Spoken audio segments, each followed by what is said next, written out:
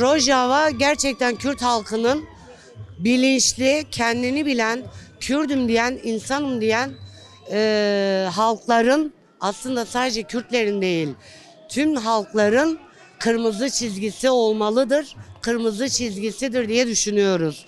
Orada kadınlar, çocuklar katledilirken bir bütün herkesin ayaklanması gerekiyor. Vicdanen, ahlaken ben bir anneyim. Bugün benim buraya gelmem gerekiyor. Benim ses çıkarmam gerekiyor. Oradaki benim evladım da olabilir. Yani bizim evladımızdırlar. Hepimiz biriz. Kürtleri kimse koparamaz. Ve bütün Kürtlerin gerçekten birlik olması lazım artık. Ulusal birliğin olması gerekiyor.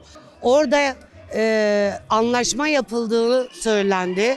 Anlaşılmış ama HTŞ, çeteler halen saldırı yapıyor. Kimi köylerde yağma yapmaya başlamışlar. Saldırıları bitmedi. Yasal olarak, anayasal olarak eğer orada gerçekten yasalara geçerse o zaman biz rahatlayacağız. Diyeceğiz ki kazanımlarımız kaldı.